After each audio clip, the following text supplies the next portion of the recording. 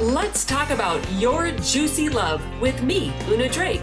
We explore relationships, dating, sacred union, communication, conscious love, healthy boundaries, and much more. As a dating and relationship coach for over 5 years, with a background in shamanic healing and metaphysical work, I've helped men and women, young and old, from all walks of life. My mission is to increase peace, joy, and love on planet Earth. So listen in and stay juicy.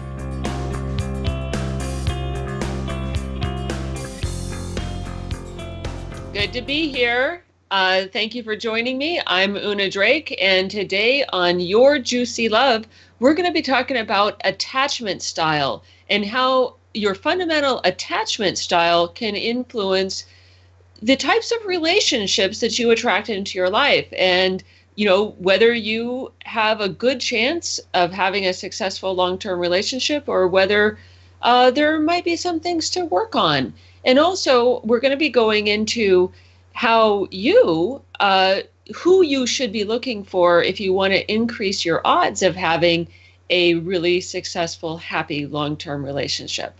So again, we're going to be talking about attachment style and dating. And most of the research that I'm going to be citing in this talk is taken directly from the book Attached by Amir Levine and Rachel Heller. So I feel it's important to give credit where it's due right off the bat. And if you want to go and check out that book, go ahead and do that. It's available everywhere. It's a bestseller. Again, Attached by Amir Levine and Rachel Heller.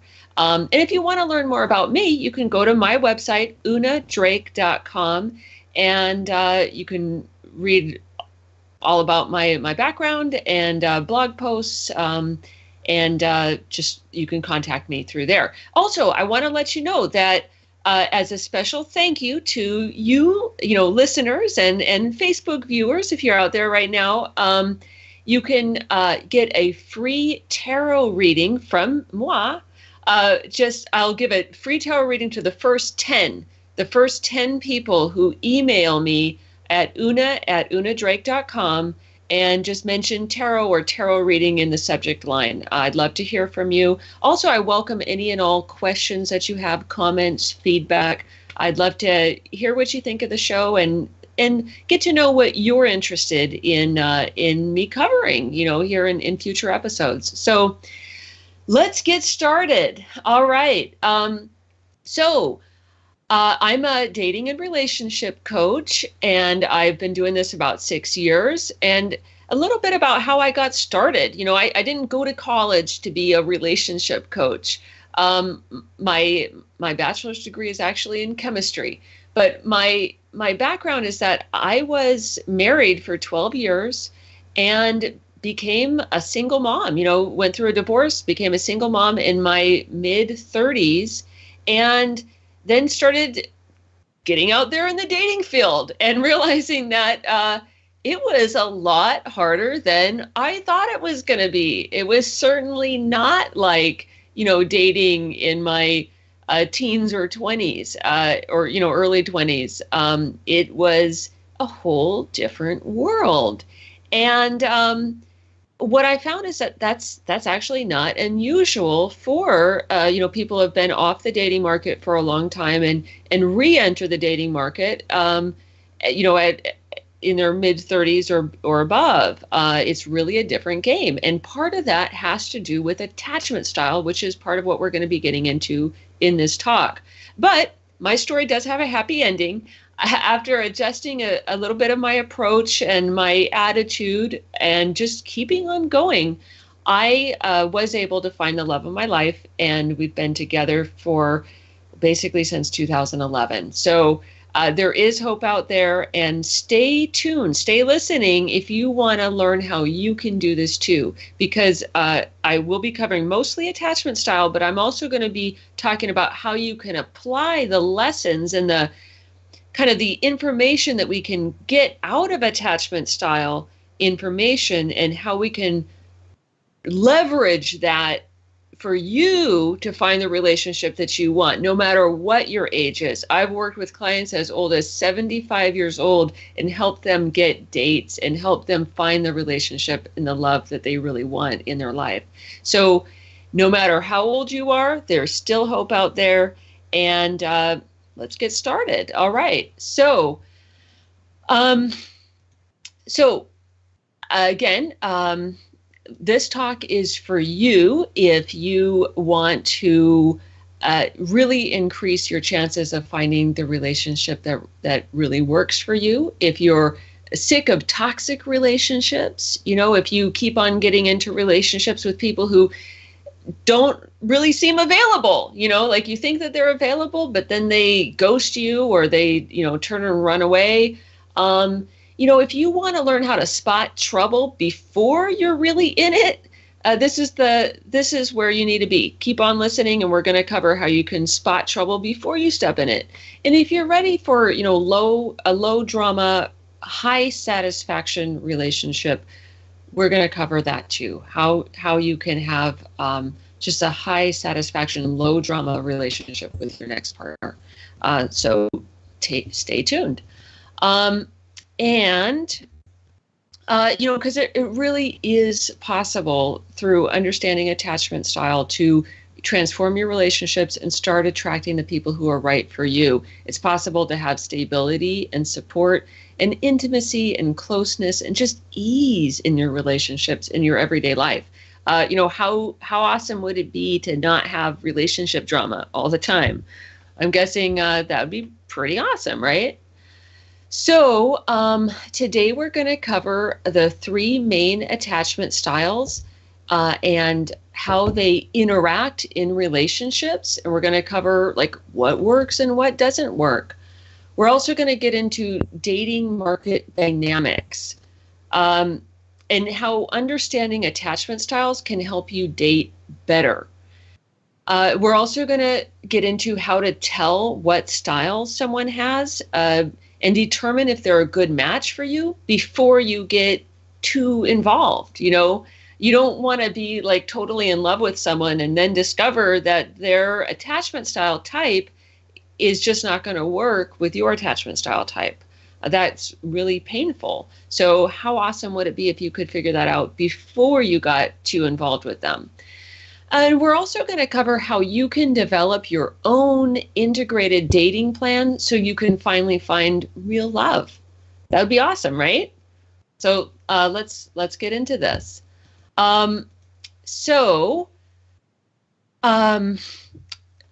If you have any questions, you can feel free to email me, and I'd be happy to answer them, offline. And so let's get into it. Attachment theory. What is attachment theory? Well, attachment theory comes out of the field of psychology, and it has mostly to do with psychologists, observing babies and young children with their primary parent. In most cases, it was observing babies and young children with their mothers. And they wanted to figure out, like, how did babies really bond with their parents, and what can we extrapolate from that? And what came out of these observations were that there are 3 main styles of attachment. There's secure, anxious, and avoidant. That's what we're going to call them for our purposes today. Secure attachment style, anxious attachment style, and avoidant attachment style. So with the secure, and basically in these observations, the psychologist would observe a baby and young child together in what was called a strange situation test. And basically the parent and child would be together. The mom would leave for a short period of time, very short, and then come back. And the psychologist could observe this through a two-way mirror. And if when the mom came back, the child was comforted easily, this was called a secure attachment style. So, usually the baby was upset, the mom would comfort them. And for most babies, the mom was able to totally comfort the child and it was a secure attachment. However, if the mom came back and the child was difficult to comfort, or if they seemed kind of angry, then this was called an anxious attachment style. And if the mom returned and the baby or young child was ignoring the mom or wouldn't look at the mom, or even like walked or crawled away from the mom, this was called an avoidant attachment style.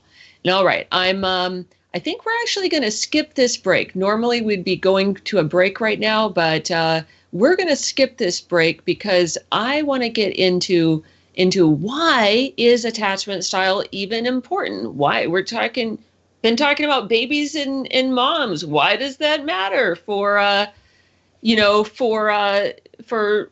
romantic relationships? Well, this is where the work of Levine and Heller in their book Attached is so important. Here's a direct quote from the book. Adults show patterns of attachments to their romantic partners that are similar to the patterns of attachment of children with their parents. So you may be all grown up.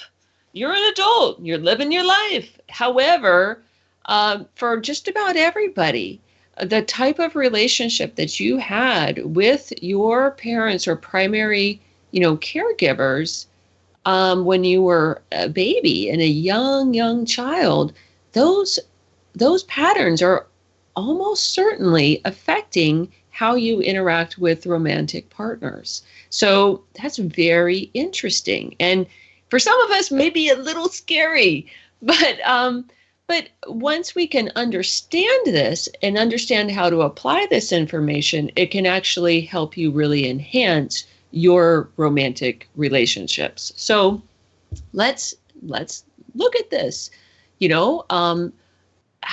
Let's look at attachment styles in adult relationships. So people with a secure attachment style, let's look at them first. Because it's the largest percentage of the overall population. It's about 53% of the overall population have what's called a secure attachment style. That's good. And people with a secure attachment style are really comfortable with intimacy. They tend to be really warm and loving people. They also tend to have long-lasting, basically happy relationships. These are people who are really good at communicating their own needs. They're good at responding to their partner's needs. And in general, you could say they have high emotional intelligence.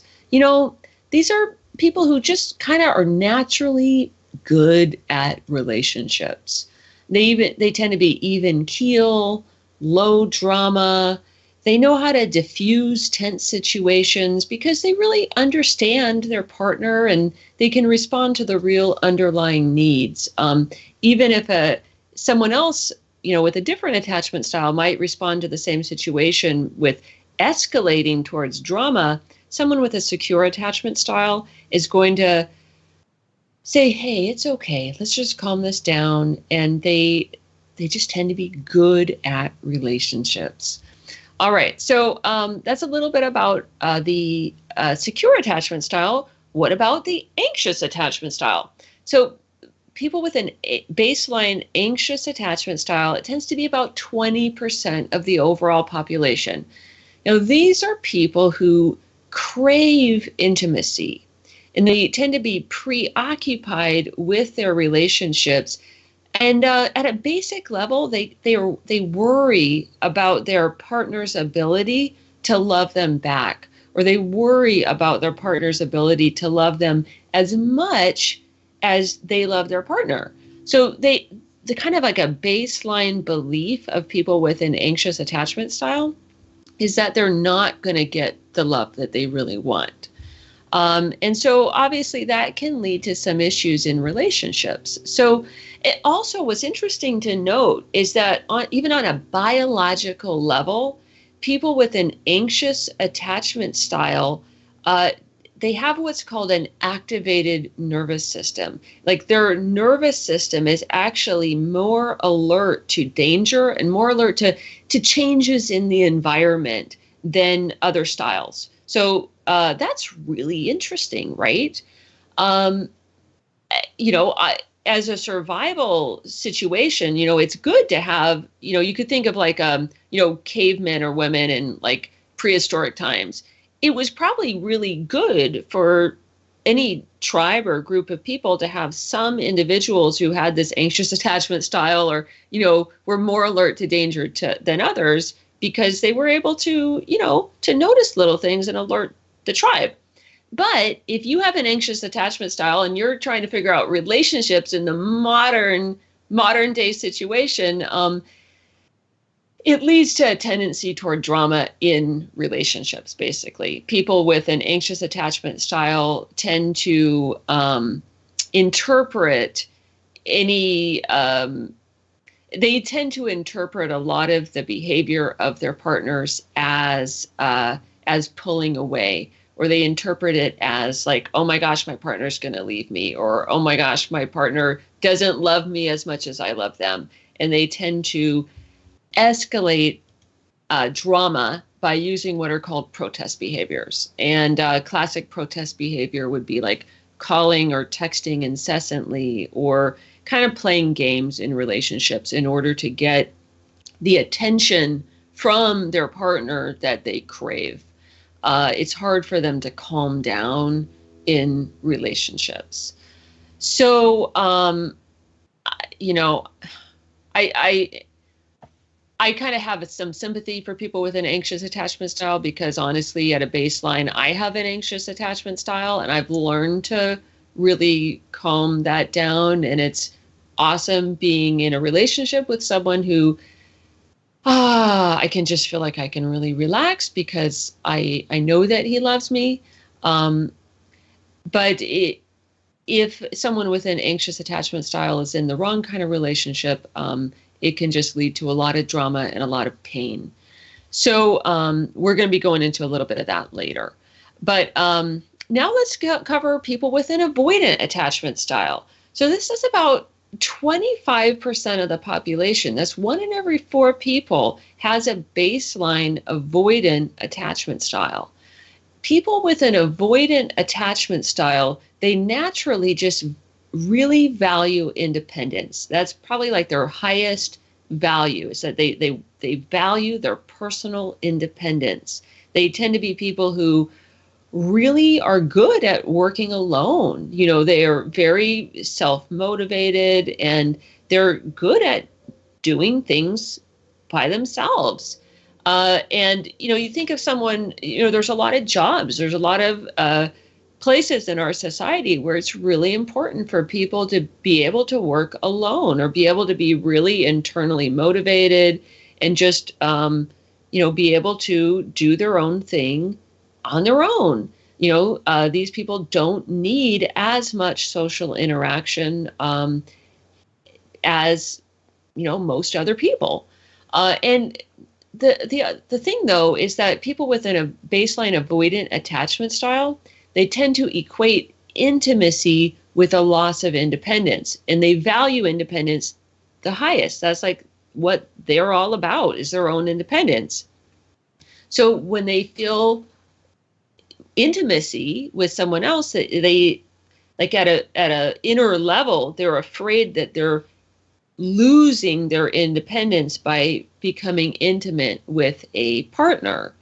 So, but they're still human. So they're, humans are social creatures, and everybody does need some sort of intimacy and closeness with, our fellow human beings. So people, even with an avoidant attachment style, part of them really needs and wants to bond with other people. They want, intimacy and a romantic, partnership, but they have this conflict within them because at some deep level, part of them equates intimacy with a loss of independence. So this leads to some pulling back from relationships and, for them becoming scared in relationships and just they have trouble with relationships. So we'll say that. So they tend to kind of dismiss their partner's needs, partly because they're not comfortable with their own emotional needs, and so they can,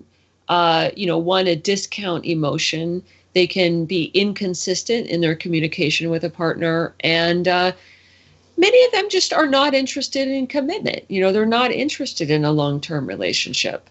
So it makes them really well suited for, jobs and in lifestyles where there's a lot of travel, a lot of independent work, that kind of thing.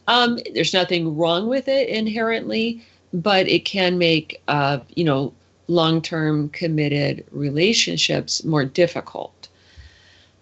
So let's, the next thing we're going to get into is attachment style pairings. So, we've gone into the three basic attachment styles, secure, anxious, and avoidant. And we've talked a little bit about what each of them is like, in adulthood and in adult relationships. So how do they work when they get together? Well, the research shows that any partnership that involves at least one secure partner, like where at least one of the partners has a baseline secure attachment style, any relationship that has at least one secure partner has a decent chance of being, of working out long term, of, again, people with a secure attachment style, like I was saying a few minutes ago, and people with a secure attachment style tend to be able to form long-term, basically happy relationships. And so that's even if the secure partner has an anxious partner, they tend to mitigate the anxiety that the anxious partner feels. Or if the secure partner has an avoidant partner, so it's a secure avoidant pairing, then the secure partner can tend to mitigate, when the avoidant wants to pull away, instead of freaking out, the secure partner is secure with it. They're okay. And they can mitigate the, you could say kind of some of the negative characteristics of both anxious and avoidant partners. Now, you want to use a little caution if you have like a person with an anxious attachment style and an anxious attachment style. It does, sometimes those relationships are able to be successful and, long-lived, but you want to use some caution because many times, like an anxious pairing, you would need more communication than in a typical relationship. And if you had a pairing that was avoidant, that one, you want to use a lot of caution with that as well, because honestly, if two avoidants get together, they almost never stay together for very long. It's almost always short-lived because there's no glue for that relationship. Both people kind of fundamentally want to leave relationships relatively quickly. So avoidant, you can try it, but it's probably not going to last very long. Now, the relationship pairing that you really want to be careful of is the anxious avoidant pairing. Because when an anxious person with a baseline anxious attachment style gets together with someone with a baseline avoidant attachment style, it tends to be long-lived, unfortunately, but very unhappy. These people both, these attachment styles fulfill in each of their kind of worst fears about relationships.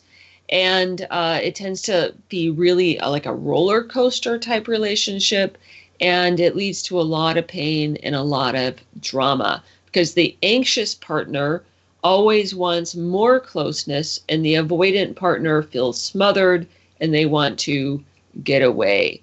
And it can be very difficult for them once they're in a pairing, an anxious avoidant pairing. It can be very difficult for them to see the dynamics clearly and for them to break out of it.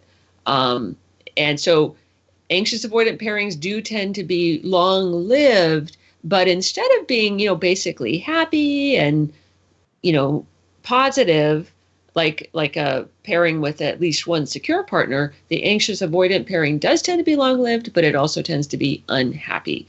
So, just to recap, the possible attachment style pairings are, secure, anxious, secure, avoidant. Any of those, any pairing that involves at least one secure partner is basically A-okay, good to go. Anxious, avoidant, use caution. And it's the anxious avoidant pairing that you really want to avoid. That's the one that tends to be high drama and just painful, toxic for everyone involved. So with that, we got to go to a break, and I'll see you in a few minutes. We'll be right back, and we'll get into more about how you can actually apply this information from attachment style to your dating life. So come on back, and I'll talk to you in a few minutes.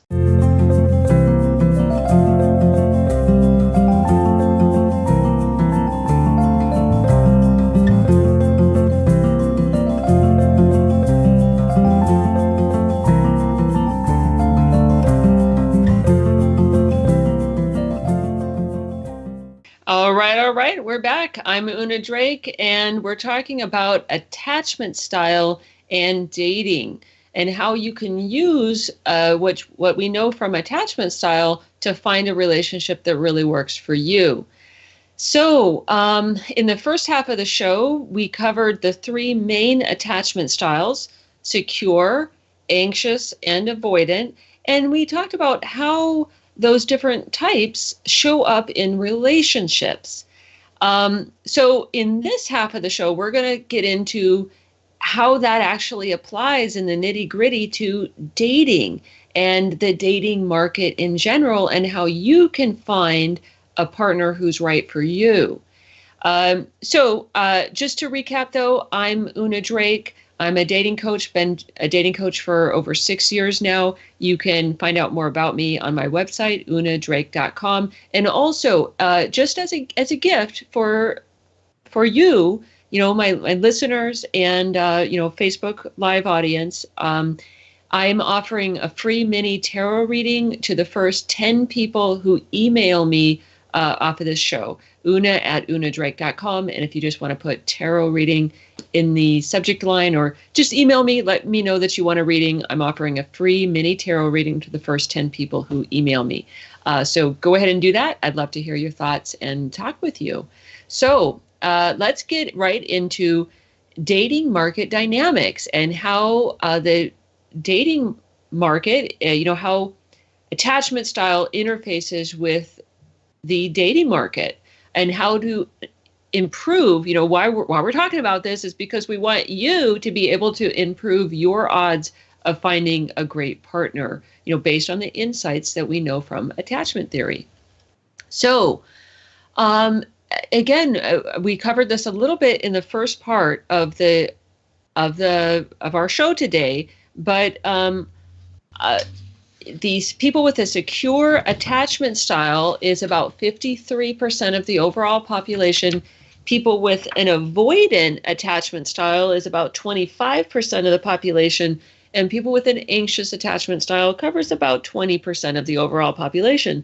So in the general population of those people entering adulthood around age 19, 20 or so, the graph of the overall population looks like this. The big green this big green area of the graph is secure.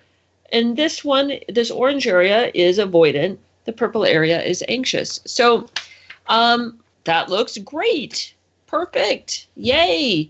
Because we like those secure attachment styles, assuming that, most people are wanting, a long-term, healthy, happy relationship. So, however, what we know is that people who have a baseline secure attachment style do tend to partner up.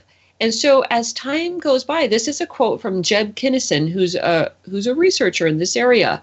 And he says, as time goes by and the secure are more likely to get into and stay in long-term relationships.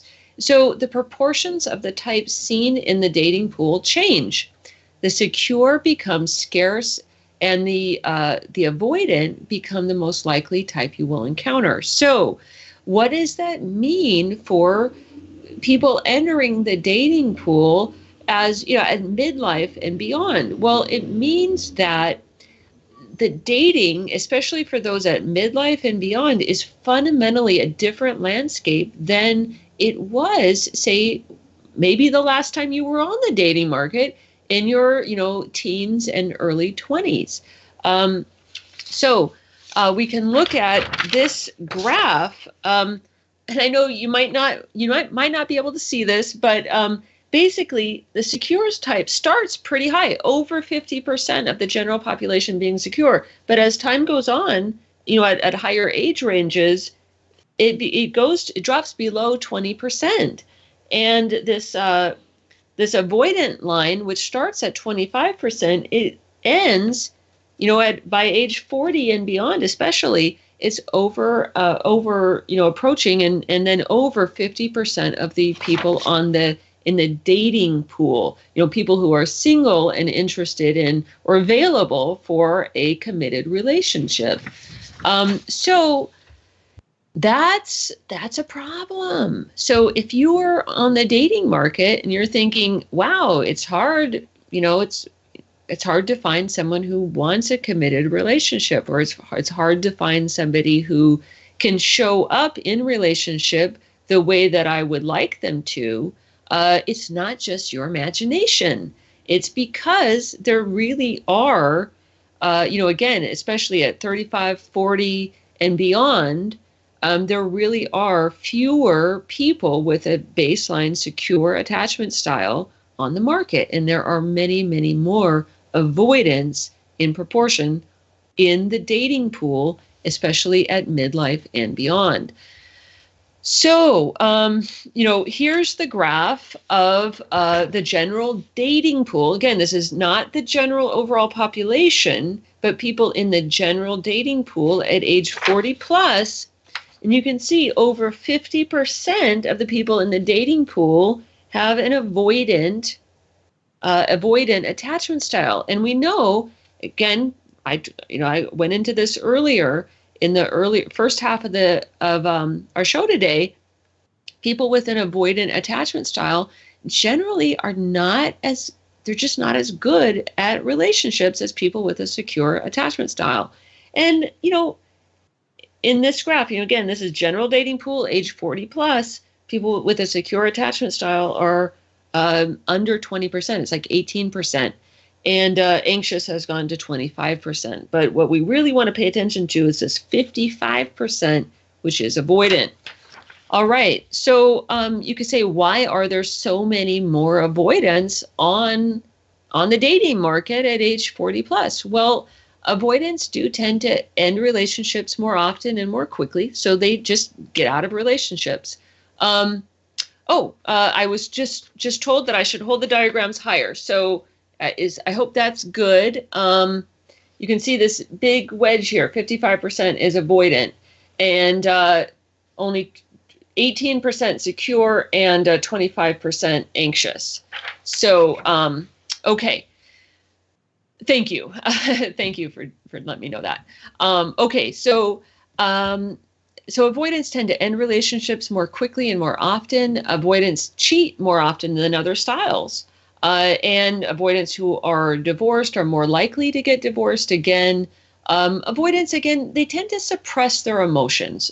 Avoidants are not comfortable with emotions. This is one of the basic things that makes them not as comfortable in relationships and not as good at relationships as other styles.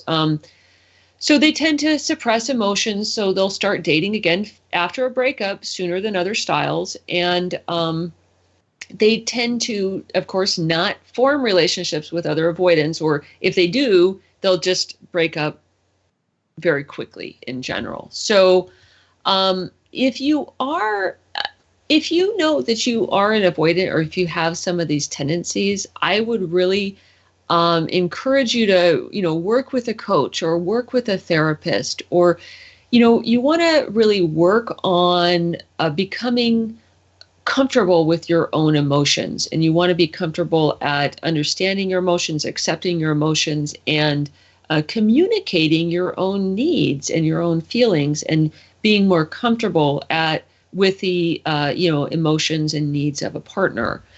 But if you know that you want, and this is for anybody, secure, anxious, or avoidant. If you know that you want a good long-term relationship, your best bet really is to find a partner who has a secure attachment style. And you want to avoid people with an avoidant attachment style, because that just has a much, much, much lower chance of actually working out. So how do you spot an avoidant? Well, if someone says on their dating profile, or very soon after meeting, if they say like, I'm just not looking for a relationship right now, or I'm just looking for something fun, that might be someone who's an avoidant.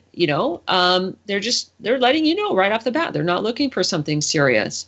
If someone has a lifestyle, if they set up their life to really highly value independence, and that if their lifestyle inherently is not conducive to a long-term committed relationship, like maybe they travel a lot, maybe they have a really demanding career that they're just putting all of their focus into, maybe they have a patchy relationship history, these people might have a baseline avoidant attachment style. That should, you should flag that and look deeper. Before just getting into a relationship. Avoidants tend to send mixed signals in relationships. They tend to run hot and cold. So they might seem like really, really into you, but other times they can take, days or even weeks to, say, return a text or a phone call. They tend to be elusive and non-committal about making plans, and elusive and non-committal when asked direct questions. So these are all signs that someone that you're dealing with might be an avoidant. We actually have quite a bit of, I'm getting a notice that there's a break coming up, but we're going to skip this break because there really is a lot of material to cover, and I want to make sure that we have time to do that. If someone that you're starting to date, or that you're interested in, is starting to dismiss your emotions or dismiss your feelings, or say, if you're asking, hey, are we dating, or, are we exclusive? And they say, wow, don't be so demanding, or, you're a buzzkill, or why do we have to give this a label? That is a classic sign of someone with an avoidant attachment style. And that would be a red flag as far as, the prospects for a longer term committed relationship. Another way that avoidants hide, because many avoidants say that they want a committed long-term relationship, but that they put a lot of kind of conditions on how they want that relationship to be. A lot of baseline avoidants have very rigid views of relationships, and they can have uncompromising rules. So they might say it's my way or the highway, or, if I'm in a relationship, it has to work this way. And I'm sure at some level they do genuinely want a relationship, but, relationships have to encompass both partners. They have to allow for change and fluidity. They have to, if you're too rigid within a relationship, that's doesn't typically work out very well in the long term. Avoidants can also have unrealistically romantic or idealistic views of how relationships should be. So sometimes they idolize a relationship that they had in the past, and they'll tend to hold all their partners, all their current dates up to some idealized version of a past relationship. And this is really so that they can hold on to the idea of being in a relationship, but they don't have to actually deal with the real person in front of them. So it's basically kind of a mental cop-out.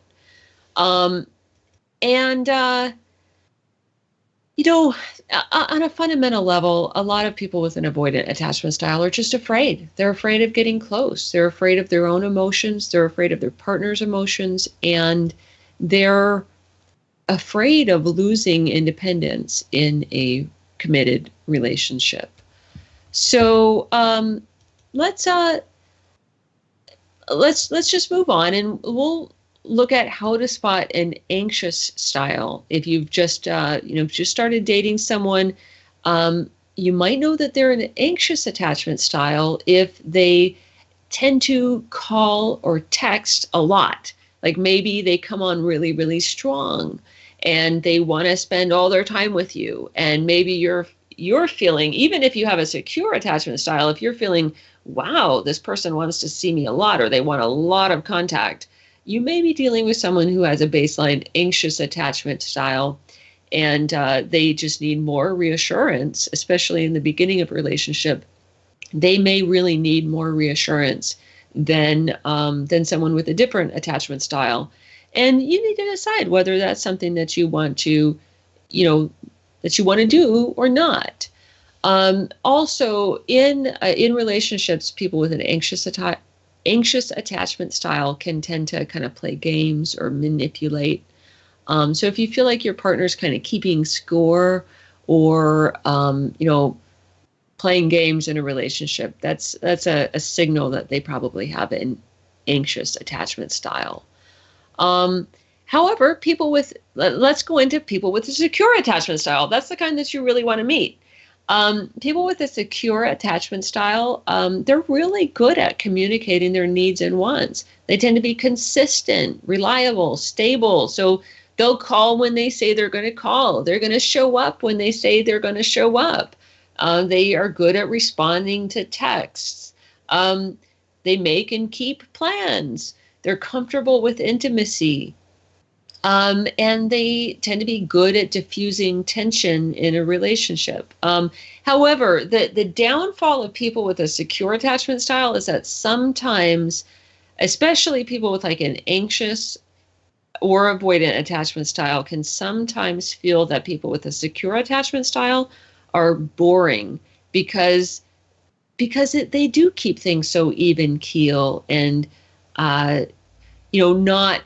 not up and down in a relationship. So, however, if you know that you're someone with either an anxious attachment style or an avoidant attachment style, it's super important for you to find a secure partner if you want a long-term happy relationship. So even if you feel like someone's kind of boring at first, I'd challenge you, maybe give that person few more chances. Give them a few more chances than you might otherwise, because you might just be addicted to drama.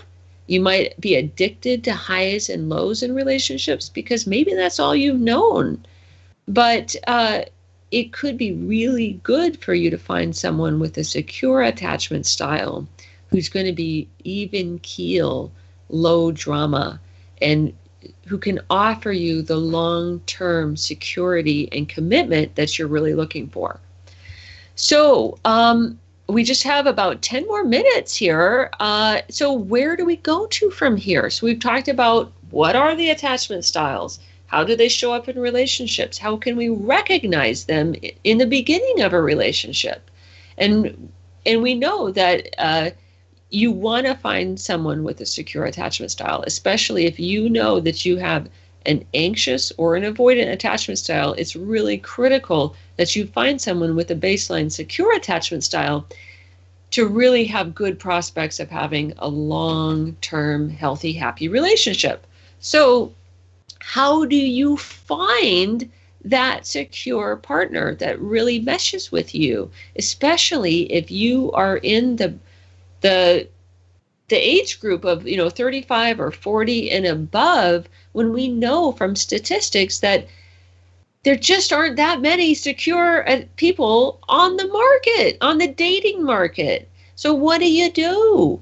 Well, my recommendation is to work with a dating coach like me. Give me a call, shoot me an email, and I will help you put together an integrated dating plan, okay? Because you need to assume that, given the realities of the dating market, especially if you're in the category of, 35 and above, you need to assume that you're going to need to sift through hundreds to even thousands of potential matches, both online and offline, to find a partner that's really going to be a good match for you. Because although we've talked about attachment style this whole time, and we've been talking about, yes, you want to find someone with a secure attachment style, but there's a lot of other factors that go into finding a partner that's going to really work for you.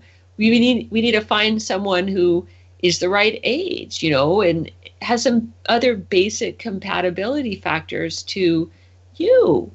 So it really can feel like sifting, looking for a needle in a haystack.